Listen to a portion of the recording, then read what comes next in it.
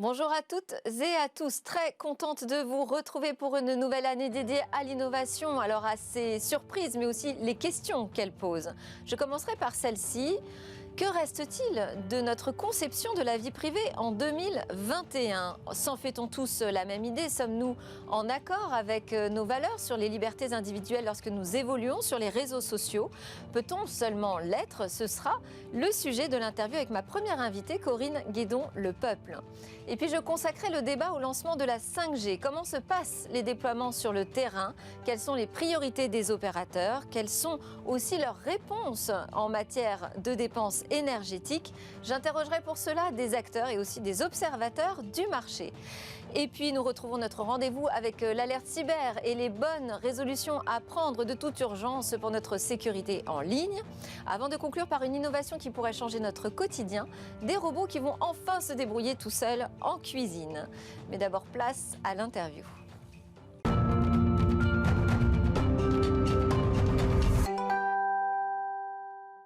Bonjour Corinne Guédon-Le Peuple. Bonjour Delphine. Vous êtes directrice générale et cofondatrice de Little Sister, qui est un projet d'application qui veut redonner aux citoyens des clés de compréhension sur l'usage qui est fait de leurs données personnelles. Alors, vous l'avez appelé Little Sister en opposition au Big Brother, mais Little Sister, c'est aussi, on l'entend, une démarche insidieuse qui fait qu'on va se confier plus facilement peut-être sur les réseaux sociaux, comme à notre petite sœur. On oublie parfois cette vigilance qui est très importante, non ?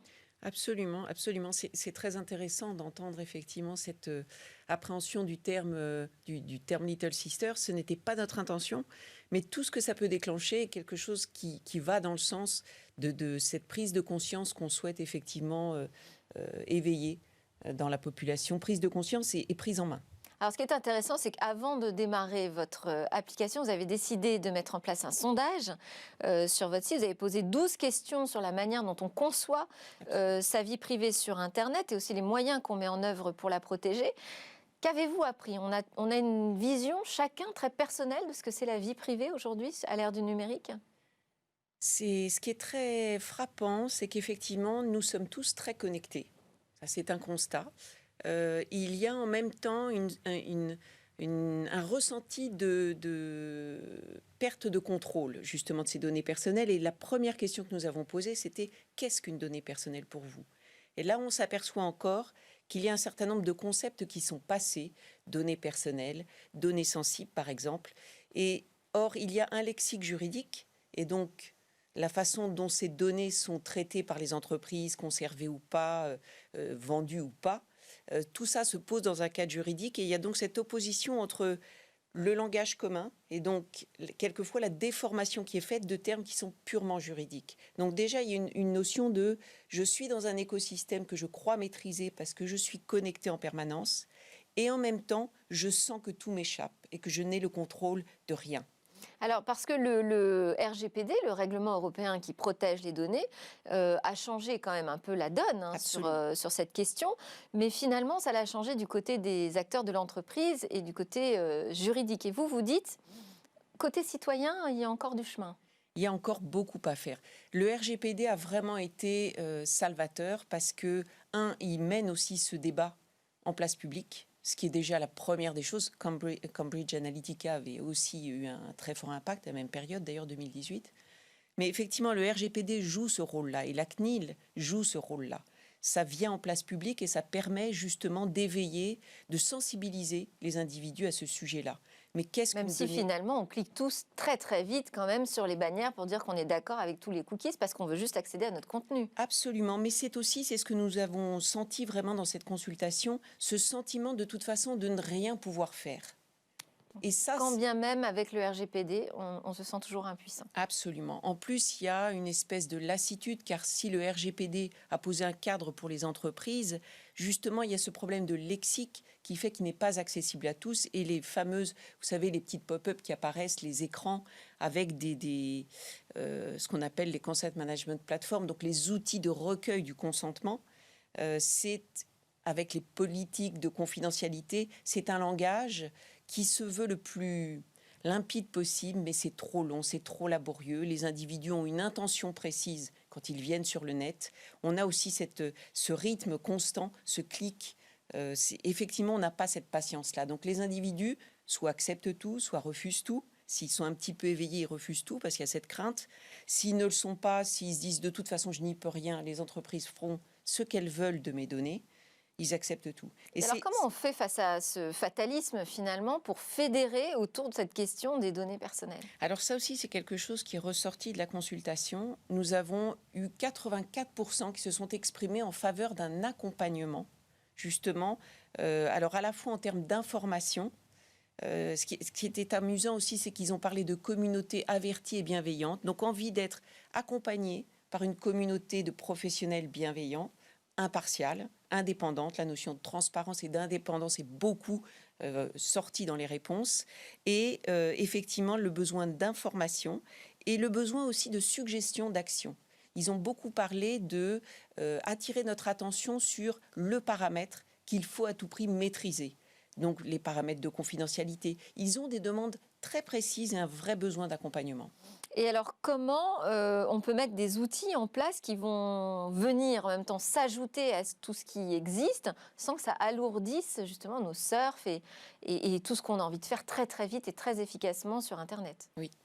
Alors l'idée de Little Sister, c'est de créer une espèce de score de la vie privée, de la privacy, c'est le terme qui s'utilise beaucoup, effectivement de créer un score qui va donner de l'information comme le Nutri-Score dans l'alimentaire, comme l'étiquette énergétique dans les produits électroménagers. C'est de donner une information sur le type de pratique plus ou moins vertueuse quant au traitement, à la sauvegarde, à la protection des données personnelles des individus. Donc vous allez évaluer les sites en fait sur lesquels Absolument. je vais. Et comment est-ce que vous allez procéder? Quels sont les critères? Alors il y a... Ce sera les mêmes critères que la CNIL, que le RGPD? Non. Non, parce que justement, c'est très intéressant que vous posiez cette question, parce que nous souhaiterions effectivement que ce référentiel qu'on a mis en place sur 4 grandes thématiques dont je vais vous parler, mais soit vraiment que le citoyen, qui devrait être citoyen dans l'espace numérique comme il l'est dans l'espace physique, en tout cas c'est notre souhait, puisse effectivement s'approprier ces sujets et faire évoluer aussi ce référentiel. Alors les 4 thématiques, parce qu'il ne nous reste plus beaucoup de temps. Pardon. Les 4 thématiques, c'est la transparence de l'information. Donc ça, effectivement, c'est aussi, est-ce que ces fameuses... Sur la demande du consentement? Absolument. Ces fameuses politiques de confidentialité, qu'elles soient plus synthétiques, plus claires, plus accessibles. Donc la transparence de l'information, l'utilisation des données, la maîtrise, la sécurisation des données et la politique de choix des partenaires éthiques. Alors, est-ce qu'il n'y a pas un risque quand même, on va terminer là-dessus, que finalement on se rende compte que, je ne sais pas, quand on va sur Facebook par exemple, il y a un super score de confidentialité parce que les politiques sont vraiment bien verrouillés, mais qu'en revanche les gens ils mettent beaucoup de leurs données personnelles et que finalement ça échappe au score de protection de la vie privée, vous voyez? Alors, c'est que vrai. Les usages ne soient pas en accord finalement avec les attentes de protection. Tout à fait, mais c'est aussi, alors sachant que nous ne travaillons que sur des informations publiques, mais ça fait partie effectivement de nos critères dans la fameuse thématique 2, l'usage des données, que nous sommes en mesure de vérifier, effectivement, de voir ce qui est fait des données, ce qui est mis en place pour les protéger, etc. Ce sont des choses que nous pouvons vérifier avec notre technologie. Donc une application qui sort en bêta, là on est début janvier. Mi-janvier. Mi-janvier. Absolument. Merci beaucoup Corinne Guédon-Lepeuple. Ça fera partie peut-être des bonnes résolutions que vous prendrez en 2021. Avoir davantage de vigilance quant à la manière dont on diffuse nos données personnelles. Corinne Guédon-Lepeuple, directrice générale et cofondatrice de Little Sister. Merci. Nous, c'est l'heure de notre débat sur la 5G.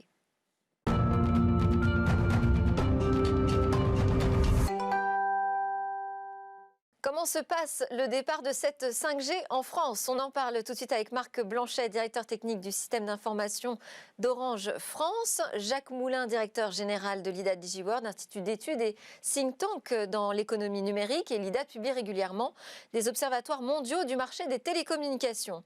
Nous avons également avec nous en visio Jean-Luc Bella, président de Systématique Paris Région, qui est un pôle de compétitivité européen autour des deep tech. Et surtout, Systémique a publié un livre blanc 5G, efficacité énergétique et exposition aux ondes, les éléments factuels à connaître, ce sont des sujets qui font ô combien débat.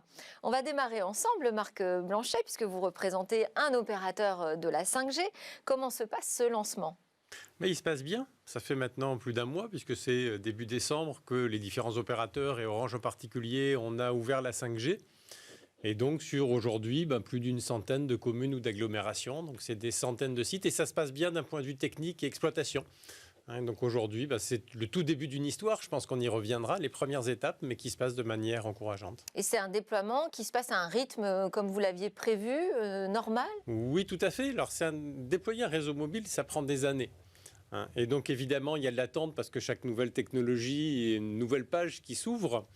Mais les premières étapes se mettent en place. On les a préparées en fait depuis très longtemps. Pour nous, l'histoire de la 5G, elle a commencé il y a des années pour suivre cette technologie, la comprendre. On a fait des tests pendant plus d'un an. On a eu des sites pilotes.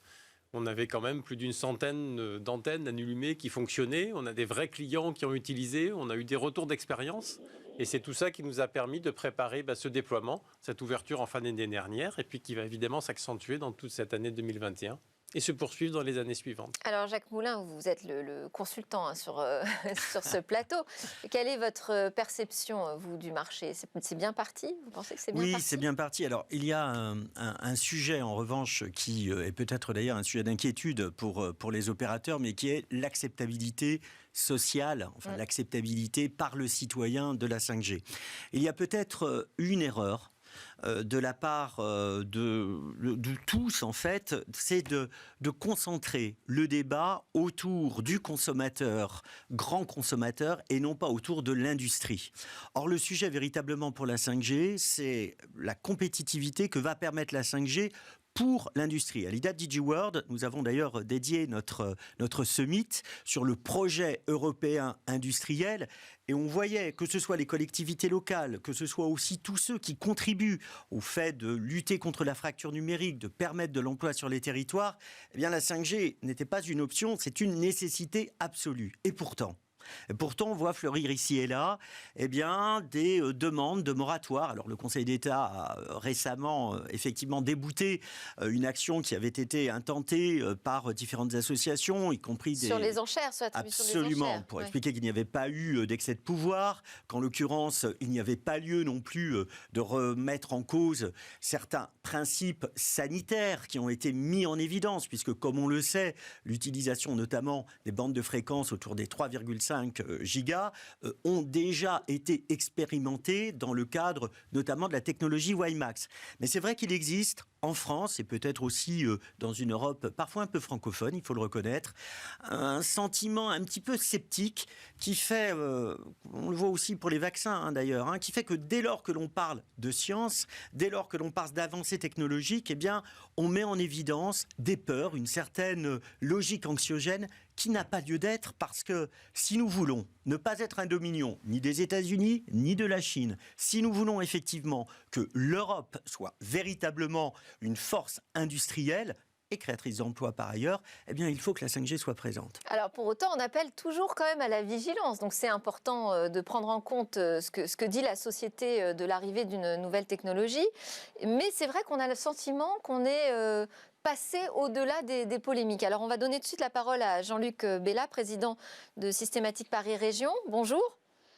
Bonjour. Je précise que vous êtes également président de Nokia Bell Labs, France. Est-ce que vous avez, vous aussi, ce sentiment que les polémiques sont derrière nous? Je ne crois pas que les polémiques soient derrière nous. Il y a effectivement, comme il a été dit, peut-être eu un manque d'explications, et je pense qu'il est temps maintenant de rentrer dans les explications, de décrire tout le potentiel de la 5G. C'est très juste de dire qu'on a un peu insisté sur les premières applications en termes de débit pour les consommateurs, mais l'enjeu de la 5G majeur, c'est vraiment de créer les plateaux industriels de demain pour les nouveaux produits et les services, avec une connectivité démultipliée qui vont être clés pour l'industrialisation future.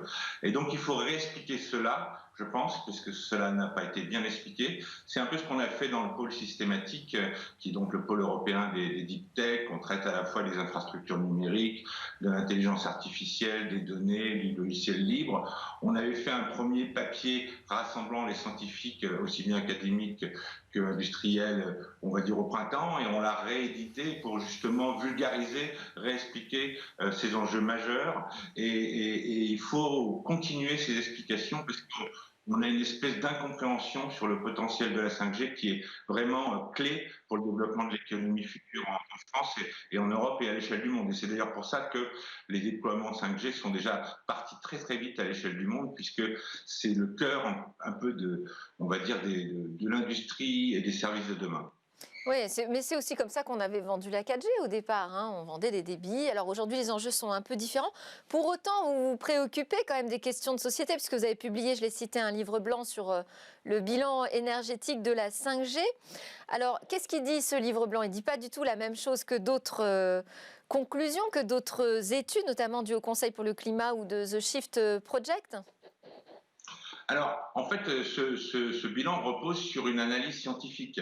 Il est écrit par des gens qui ont publié des articles scientifiques avec revue de pair, etc. Je ne sais pas si c'est le cas de toutes les analyses que l'on cite.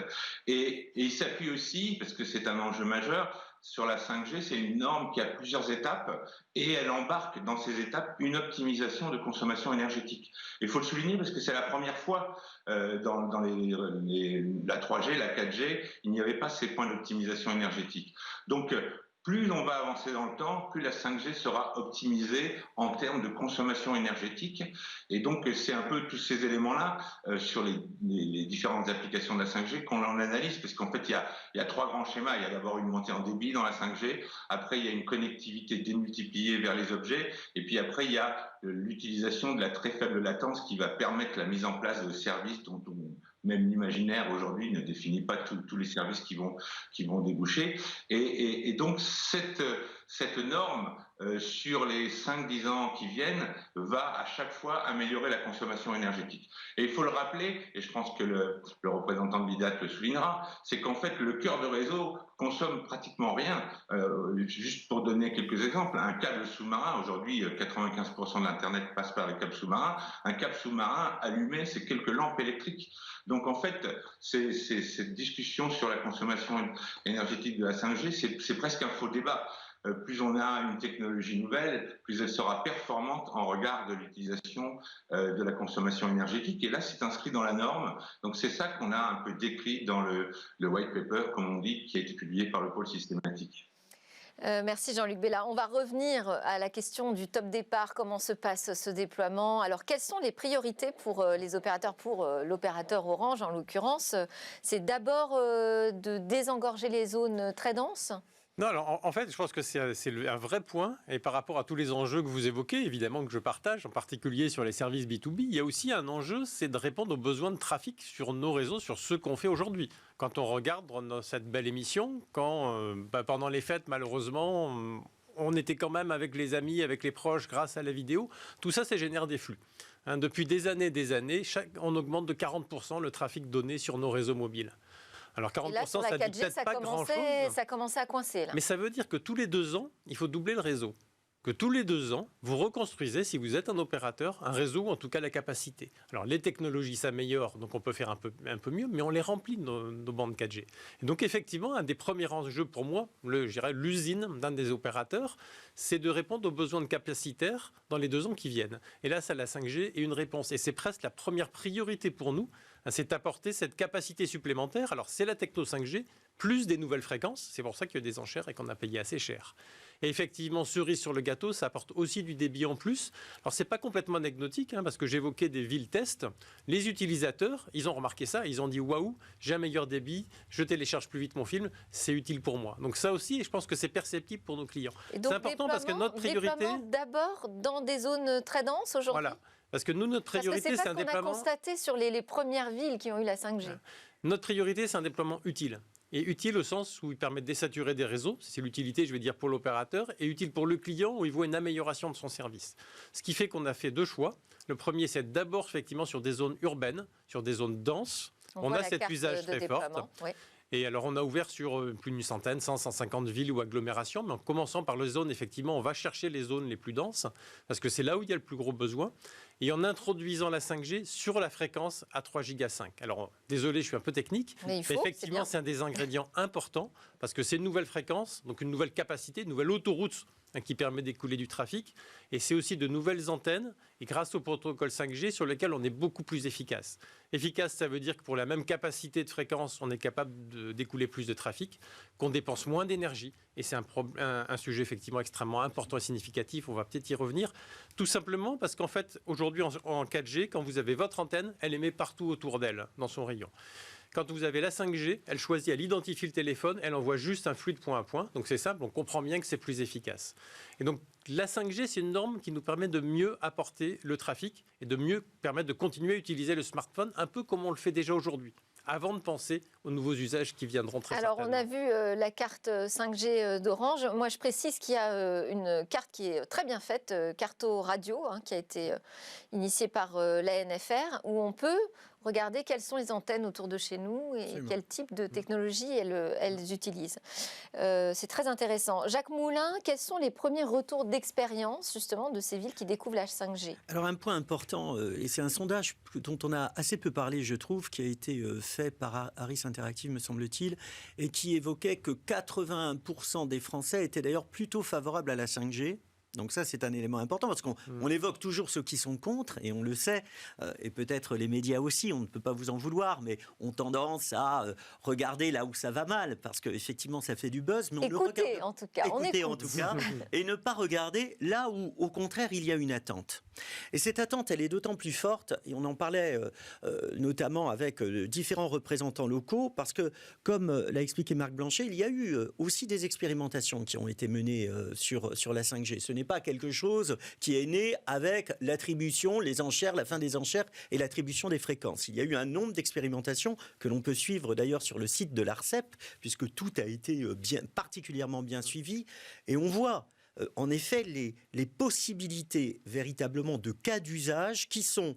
On dit pour l'industrie, mais on va beaucoup plus loin parce qu'il ne s'agit pas seulement de l'industrie, il s'agit aussi de l'agriculture. Et on sait combien en France, sur nos territoires, et je connais bien les territoires de la province, en particulier les zones rurales. Oui, parce que l'IDAT est à Montpellier. Absolument, et il y a de très fortes zones rurales sur lesquelles cette agriculture connectée va être aussi une possibilité de véritablement passer à une autre échelle. Et ça, c'est un élément très important de ne pas se focaliser uniquement sur les points qui ne vont pas bien, mais de regarder comment la France, si elle prend, comme elle semble le prendre, comme nous le souhaitons tous, eh bien, cette avancée technologique de la 5G, la France, qui sera par ailleurs un des premiers pays au monde en termes de fibre optique, et ça, on peut aussi louer les investissements qui ont été faits par les opérateurs, parce que les investissements qui sont faits sur la 5G ne vont pas aller au détriment du travail exceptionnel qui est fait par tous les opérateurs sur effectivement la fibre optique, mais aussi avec le New Deal qui permet de continuer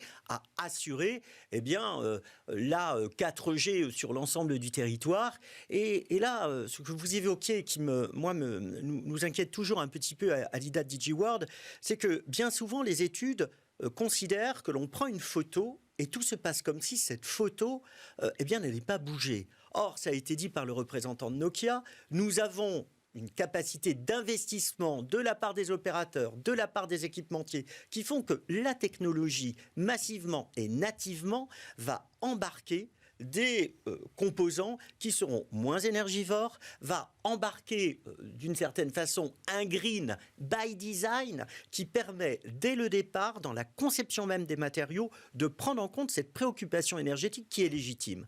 Parce qu'il est vrai, il ne faut pas le nier, il est vrai, les citoyens ont cette inquiétude-là. Quand est-ce qu'on va voir arriver vraiment les premiers usages, qu'on pourra se dire, là vraiment on a vu quel était l'apport et le bénéfice de la 5G? Mais on les connaît déjà, ces premiers usages. Mais quand est-ce qu'on va pouvoir les constater? Quelles sont les échéances, le planning? Là, on est en janvier 2021. On a quelques villes qui commencent à recevoir un peu de 5G, quelques antennes, ce n'est pas des villes couvertes totalement. Quand est-ce qu'on pourra se dire, vraiment, là, on a des premiers cas d'usage intéressants? Mais ces premiers cas d'usage, ils existent d'ores et déjà, alors déjà au niveau européen. On peut le voir. Hein. Oui, Par mais je vous parle de la France, c'est pour avoir une idée du planning. Absolument. C'est quoi? C'est 2022, 2023 Prenons déjà ce qui existe au niveau des expérimentations qui sont faites et qui peuvent être retrouvées sur le site de l'ARCEP. Je le reprécise encore. On voit là toutes les possibilités d'application à l'industrie, que ce soit en termes de maintenance prédictive, préventive certes, mais aussi maintenance prédictive. Que ce soit aussi, prenons la SNCF par exemple, les gares. Hein, comment on peut transformer véritablement les trains en bureaux mobiles. Ce sont des choses qui sont absolument exceptionnelles. Alors on est sur quel type d'échéance, Marc Blanchet? Alors, je pense qu'on va découper par type d'usage. Le premier usage qu'on voit très clairement, c'est l'augmentation du débit. Aujourd'hui, dans les villes ouvertes, alors il n'y a pas simplement quelques antennes. Aujourd'hui, nous, on déclare une ville ouverte quand il y a 80% de la surface de la ville, ou la population de la ville, qui peut percevoir la 5G. Donc sur votre carte, quand on voit une antenne, on dit qu'on allume une ville, de la ville. quand on communique sur des villes ouvertes, il y a 80% de la ville sur lesquelles il y a une expérience de 5G. Et là-dessus, on a des débits de 400, de 500 mégas. Là, avant, on avait quelques dizaines de mégas. Alors, c'est le même type d'Internet, mais comme on est passé de la DSL à la fibre, c'est un peu pareil. Donc ce changement de débit, on le voit, et c'est immédiat dans les villes qui sont ouvertes avec des fréquences à 3 giga 5. C'est cette fréquence-là qui change le débit. Après, il y a pas mal de cas d'usage qui vont arriver sur la latence, on en parlait, sur l'Internet des objets, sur des couples de services. Là, il faudra le deuxième étage de la fusée. Le premier étage, c'est les antennes et les fréquences. Et le deuxième étage, ça sera le cœur de réseau. On l'évoquait un peu tout à l'heure. Ça, c'est en gros 2022, 2023 pour les différents opérateurs. Et là, il y a pas mal d'applications industrielles en particulier. Et puis aussi pour le grand public dans le domaine du gaming, où on est intéressé par des latences très courtes, dont on va bénéficier quand on aura ces cœurs de réseau 5G, mais c'est dans 2 ans, ça arrive. Hein. Ce sera la vraie 5G au cœur du réseau. Alors, ça me permet de faire une transition avec Jean-Luc Bella pour parler de cette 5G souveraine, puisqu'il y a un accord qui a été passé en France pour travailler autour d'une offre française qui permettra de créer des réseaux privés industriels made in France. Je parle de vous puisque l'Institut de recherche Bicom, dont Nokia est membre, a signé notamment un contrat avec l'État à ce sujet. Alors, quel est l'enjeu? L'enjeu, c'est quoi? C'est de faire de la 5G sans Huawei? Alors, il faudrait que les représentants de Bicom s'expriment sur le sujet, ils sont mieux placés, mais globalement, il s'agit d'accroître les compétences technologiques, de recherche et technologiques en France autour de la 5G, parce qu'il faut bien comprendre qu'on part sur un schéma qui va durer 5-10 ans, une génération, c'est à peu près ça, et qu'on a vu, ça a été décrit, qu'il y a différentes étapes. Et donc, il s'agit d'accroître vraiment les compétences en France au sein de l'Institut de recherche. Mais globalement, la souveraineté au niveau de l'infrastructure numérique, j'entends, elle doit être européenne. Et sur les 3 grands constructeurs à l'échelle du monde, 2 sont européens. Donc, on peut déjà être confiant en termes de souveraineté sur l'infrastructure numérique. Et donc, l'enjeu qui a été porté sur le projet qui est en cours, c'est d'accroître globalement cette recherche et cette technologie en France, qui est déjà importante, parce que je pense que globalement, la France est le 2e pays en termes de recherche et de développement autour de la 5G. Donc là, on peut dire que la France se positionne déjà sur la suite, cette 5G souveraine industrielle, et pourquoi pas demain la 6G, Jacques Moulin, on travaille déjà dessus? En effet, on travaille déjà dessus, mais moi je reviens véritablement sur la nécessité d'évangéliser, et merci en tout cas de commencer cette année sous justement l'égide de la 5G, parce qu'il faut absolument que le citoyen sache ce qui relève de la fake news, ou tout du moins de l'anxiogène, de la réalité, et de ce que sera véritablement au niveau aussi d'une région, au niveau d'une collectivité territoriale, la façon dont les élus vont s'approprier ce projet pour en faire un projet d'emploi, un projet d'éducation aussi. Et puis, la pandémie l'a montré. On voit en effet que pour les services d'urgence, pour tout ce qui est télémédecine, eh bien, la 5G va ouvrir et ouvre d'ores et déjà des possibilités qui vont permettre de sauver des vies. Alors, il ne s'agit pas d'opérations à distance, il s'agit juste parfois d'être en capacité à transférer de la donnée qui permet de sauver des vies. Ça, ce sont des exemples concrets sur lesquels il nous convient de discuter. Et effectivement, parler de la 6G, c'est essentiel, mais il faut déjà commencer à faire en sorte que les investissements pour la 5G, les projets autour de la 5G soient compris de tous et compris par tous. Et comme ça vient d'être évoqué, c'est pas seulement un sujet français, c'est bien un sujet européen. Et si nous voulons véritablement avoir une Europe, et c'est bien parti pour, on l'a noté, on le voit, et le commissaire Breton intervient ô combien dans le monde justement du numérique pour faire en sorte effectivement que la France, que l'Europe ait une dimension souveraine en tant que telle, eh bien, il faut continuer à poser ce sujet et surtout à communiquer sur les cas d'usage. Comment ça se passe avec les collectivités sur le terrain et les élus sur cette question de la 5G en France ? Je pense que le choix qu'on a toujours fait, c'est de prendre le temps du dialogue avec les élus. On n'est pas là pour imposer une techno. D'ailleurs, la techno n'intéresse pas grand monde. Enfin, moi, elle m'intéresse peut-être, mais le client, il est utilisé il est concerné par l'expérience qu'il a, les usages qu'il fait. Des élus par l'impact pour leur territoire, par les risques associés. Mais on a eu ces dialogues pour les générations précédentes et chaque fois qu'on installe une antenne, même si elle est 4G, on a évidemment un débat de la communication, des dossiers d'information très détaillés, y compris sur les types d'émissions. On montre les mesures qu'on fait, on a des protocoles extrêmement forts. Les normes qu'on se fixe en France, c'est 10% des seuils maximum autorisés en termes d'émissions d'ondes, par exemple, au niveau international. Et donc sur la 5G, on a ce dialogue. Et vous travaillez avec les autres opérateurs aussi, vous arrivez à vous entendre pour la pose d'antennes communes peut-être ? Alors, il y a certains cas où on a des antennes communes, où effectivement, en général, il y en a un qui prend le lead et qui le mutualise vis-à-vis des autres. Mais si je reviens à votre question avec des élus, il y a quand même eu effectivement quelque chose d'un peu particulier sur la 5G, c'est qu'il y a des villes où nous sommes prêts et nous avons décidé de ne pas ouvrir ou de différer l'ouverture de quelques semaines ou de quelques mois parce que les élus ont engagé des process de consultation citoyenne, de moratoire ou autre, alors qu'ils n'ont pas de valeur légale, on va dire juridique, enfin, ils n'ont pas de possibilité. Mais on considère aujourd'hui, c'est absurde, on ne va pas passer en force, alors qu'on est là pour apporter quelque chose qui est un progrès pour tous, pour les territoires, pour les habitants. Donc on est convaincu que c'est une question de 2 semaines de temps d'explication pour démontrer qu'on fait les choses en bonne intelligence pour que ça serve à tout le monde. Et c'est ça le but de la 5G quand même. Peut-être créer un manque aussi, parce que finalement quand on va s'apercevoir que la ville d'à côté a la 5G...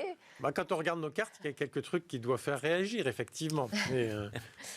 Mais surtout qu'il n'y a vraiment aucune raison d'inquiétude particulière. La 5G qu'on utilise est très très proche des technologies qu'on avait avant. Les bandes de fréquences sont extrêmement proches. Les seuils sont les mêmes. Ça fait des mois et des mois qu'on travaille avec toutes les agences qu'on a en France qui sont très pointues sur ces sujets-là pour faire ça dans des conditions extrêmement saines. Et je reviens quand même sur le point évoqué de l'impact énergétique. Il est considérable. Quand moi je modélise l'évolution d'un réseau mobile pour répondre aux besoins de 2025, j'ai fait l'exercice avec la 5G ou sans la 5G, ce n'est pas la même chose. Je divise par 2 ou par 3 le besoin énergétique pour répondre aux besoins de connectivité au débit qu'on a tous et qu'on aura. Parce que je ne crois pas du tout que nous-mêmes ou nos enfants, on va abandonner ce truc-là, qu'on voudra arrêter de regarder du streaming quelque part ou de faire du Skype avec un ami. Jean-Luc Bella, je vais vous donner le mot de la fin parce que vous êtes par Skype, alors forcément vous avez un petit peu moins parlé que nos autres compagnons. Sur cette 5G, la manière dont ça démarre, quel est votre sentiment alors pour conclure ? Ça va bien se passer, on va prendre un rythme de croisière en France ? Moi, je pense que c'est un enjeu majeur pour les infrastructures numériques de demain, parce qu'on parle de fréquences, etc., mais dans la 5G, il y a l'intelligence artificielle, il y a l'Internet des objets, il y a la connectivité nouvelle avec le monde informatique, le cloud, comme on dit, et donc c'est un enjeu majeur de transformation des infrastructures numériques, et on sait, surtout après 1 an après le Covid, comment elles sont importantes pour nous. Mais peut-être un mot sur la fin, quelque chose qu'on n'a pas trop évoqué, toujours lié à la consommation énergétique, au climat. En fait, l'enjeu majeur du climat, et il est fort, c'est de consommer moins d'énergie. Et dans les rapports qu'on a cités au début, rien n'est dit sur l'apport de la 5G, justement pour optimiser globalement les apports positifs de la 5G sur la consommation énergétique. C'est-à-dire que si on mesure, on analyse et on réagit, c'est comme ça qu'on consommera fondamentalement moins d'énergie. Et avec la 5G, on a des systèmes de capteurs, des systèmes d'intelligence artificielle, les systèmes réactifs qui vont permettre d'avoir une meilleure mobilité, des réseaux intelligents, des distributions d'énergie, une optimisation de la domotique. Et donc là, on aura un outil majeur pour affronter les enjeux du climat. Je pense qu'il faut aussi le signaler parce que c'est pas assez dit. indépendamment de la consommation intrinsèque de l'infrastructure. Tous ces effets positifs externes des technologies. Merci beaucoup à tous. Merci Jean-Luc Bella, président de Systématique, Marc Blanchet, directeur technique et du système d'information d'Orange France, et Jacques Moulin, directeur général de l'IDA DigiWorld. Nous, juste après la pause, on prend des bonnes résolutions pour sa sécurité en ligne.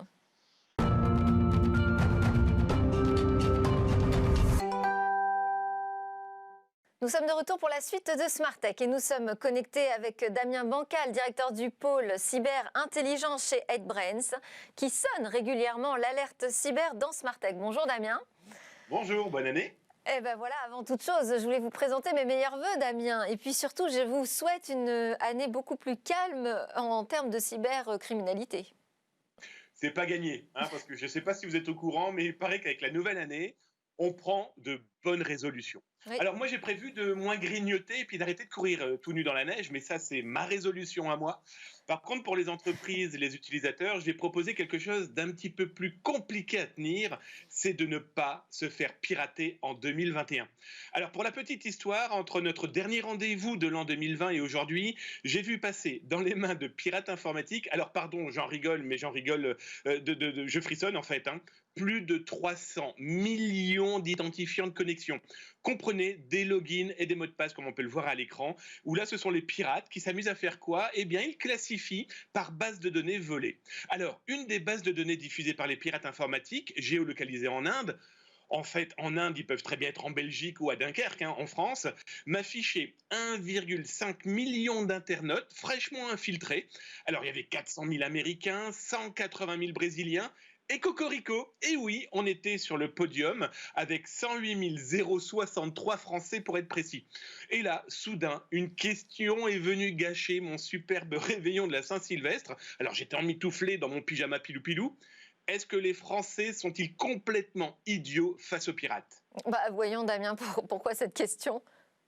Je ne sais pas si vous avez remarqué, mais je n'ai pas prévu de ne pas râler pour mes résolutions 2021, sinon ça serait pas drôle. Alors bilan, quand je vois encore des dizaines de milliers d'internautes se faire piller par des pirates informatiques, alors je ne peux me dire qu'une seule chose, ils l'ont cherché. Après tout, ils n'avaient qu'à faire attention. Mais malheureusement, c'est largement plus complexe que cela. Alors je m'explique. Les pirates, nous l'avons vu durant les fêtes, ne prennent aucune vacances. Des pirates que j'ai croisés sur le web se sont même amusés à me dire qu'ils se reposeront en prison si un jour ils sont arrêtés.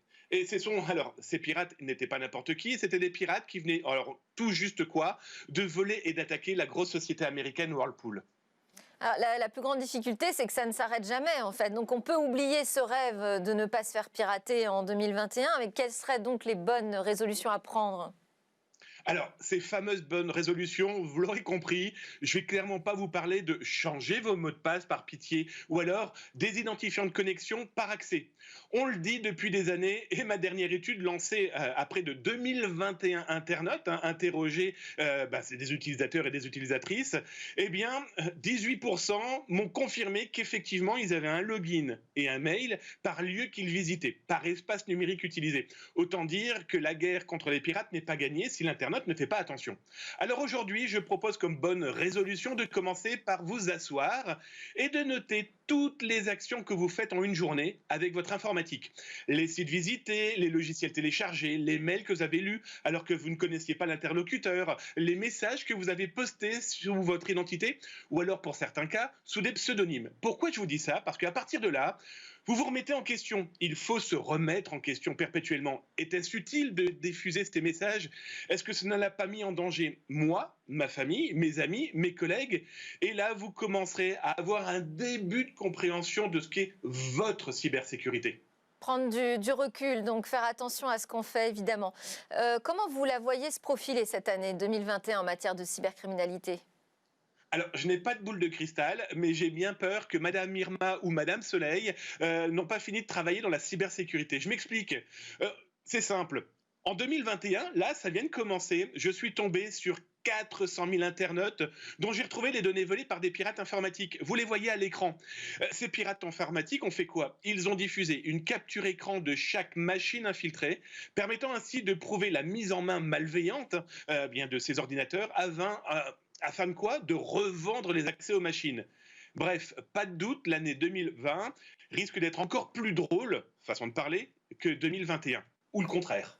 Le contraire, j'ai l'impression, en vous écoutant, que 2021 ne sera pas mieux que 2020. Bon, merci Damien Bancal. Moi, je vais essayer quand même d'écouter votre bonne résolution et de faire attention à chaque acte que je fais. Je rappelle que vous êtes directeur du pôle cyberintelligence chez 8Brains. À très bientôt. Alors, sans transition, on va enchaîner avec une innovation robotique. Vous allez voir, beaucoup de Français ont un robot en cuisine, mais très peu en ont un comme celui-là.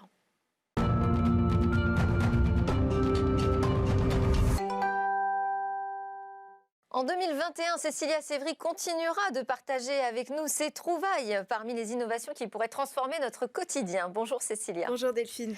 Alors pour démarrer cette nouvelle année, vous nous emmenez à la découverte d'une cuisine de demain. Oui, alors on vient de passer les fêtes, vous avez peut-être beaucoup cuisiné, vous aussi. Alors je vous propose de poser votre tablier. Aujourd'hui, je vous présente un véritable robot cuisinier mieux. Je vous présente la première cuisine avec robot intégré. Ce robot, il cuisine comme un chef, un véritable chef même, puisqu'il reproduit les techniques du cuisinier britannique Tim Anderson, lauréat du MasterChef de la BBC en 2011. Ces gestes, ils ont été modélisés en 3D et les algorithmes les font se reproduire grâce au bras du robot. Pour le moment, une trentaine de plats conçus par ce chef et d'autres, bien sûr, ont été intégrés au robot. Chaque mois, de nouvelles recettes, promet le fabricant, seront intégrées pour atteindre 5000 recettes. Et alors comment est-ce qu'on l'actionne, ce robot ? Alors ce robot, vous avez une interface, un grand écran, comme si on allait devant son frigo pour choisir le menu. Là, on choisit la recette et puis on lance la préparation. Devant les fourneaux, en fait, suspendu, il y a un robot suspendu au plafond sur des rails. Il va aller chercher les ingrédients. Vous allez le voir sur les images, chercher les ingrédients dans le réfrigérateur, mais aussi dans les placards qui sont intelligents. Au cœur de cette nouvelle technologie, on trouve 2 bras robotisés avec des mains entièrement articulées. Elles ont été développées en collaboration avec la société allemande Schunk, qui est spécialisée dans la reproduction vraiment subtile de mains humaines. Alors avec ces 2 mains, il peut utiliser tous les accessoires de la cuisine pour découper, mélanger, émincer ou écumer les aliments. Le robot sait aussi utiliser les casseroles et l'évier et même ajuster, heureusement d'ailleurs, précisément la température de cuisson. Comment se repère-t-il dans la cuisine et est-il capable d'identifier les bons ingrédients ? Oui, en fait, il a des capteurs, mais aussi une caméra optique utilisée pour cartographier les ingrédients dans la cuisine. Il y a aussi des marqueurs subtils qui sont placés en fait sur les ustensiles de cuisine, qui permettra au robot de savoir dans quelle position il faut qu'il replace la casserole, par exemple, pour éviter aussi qu'il y ait des incidents. Il pourra toujours savoir quel instrument il a entre les mains. Et puis, ce robot, il sera, grâce à son système optique, capable de voir si un aliment est tombé sur le plan de travail. Il pourra alors le nettoyer. Cerise sur le gâteau, il va même nettoyer avant et après la cuisine, quand il sera en train de faire tous nos repas du soir. Et puis encore mieux, pour respecter comme un vrai chef dans une cuisine étoilée les règles sanitaires, il y aura des lampes UV intégrées, ce qui va permettre d'éliminer tous les germes sur le plan de travail, le plan de cuisson. Si j'ai bien suivi, donc au-delà du robot, c'est toute la cuisine qui est un concentré de technologie. Oui, à l'image de son cuisinier, justement, les placards renferment tous en fait des contenants qui vont être connectés. Ces contenants peuvent accueillir tous les produits, des produits alimentaires frais, des produits alimentaires préparés. D'ailleurs, le tableau de bord en fait va pouvoir vous alerter si votre contenant est vide ou si le produit à l'intérieur pourrait commencer à être périmé. Vous allez donc pouvoir contrôler les stocks des placards et des frigos grâce à l'interface. Et puis à tout moment, vous pouvez reprendre le contrôle de votre cuisine si vous avez envie à votre tour de cuisiner un petit peu. À qui doit-on cette innovation ? Alors, elle a été créée par un scientifique russe qui s'appelle Mark Olenik, mais la société Mollet Robotics, elle en fait est britannique et la cuisine du futur est déjà presque disponible à la vente. On peut l'acheter, mais les premières livraisons sont prévues cette année. Et pour le moment, le grand public, il faut le dire, n'est pas vraiment la cible, Delphine. À moins d'avoir les moyens peut-être de s'offrir un yacht. Là, oui, on pourra envisager de s'acheter cette cuisine parce que le prix est plutôt de 271 000 €. Mais à ce prix-là, tout est compris, des meubles aux assiettes. Ça veut dire que ça pourrait aussi intéresser des hôtels, des restaurants, peut-être davantage des professionnels dans un premier temps. Tout à fait. Ce serait la prochaine étape. Il y a quand même beaucoup, d'après le fabricant, beaucoup de demandes de prestataires privés, mais l'idée, c'est aussi d'en faire, au-delà d'une cuisine, plusieurs robots qu'on pourra poser sur les rails pour les mettre dans des cuisines professionnelles, pour aller plus vite sur la plupart des tâches chronophages dans une cuisine comme celle-là. Et puis pour la gestion des stocks aussi c'est une option très intéressante. Donc sur les pancartes des restaurants, on ne verra plus fait maison, mais fait par notre robot peut-être. Merci beaucoup Cécilia Sévry. Alors c'est l'heure du Lab Startup. Vous allez nous présenter 4 jeunes pousses innovantes. On va changer de plateau et je vous retrouve juste après.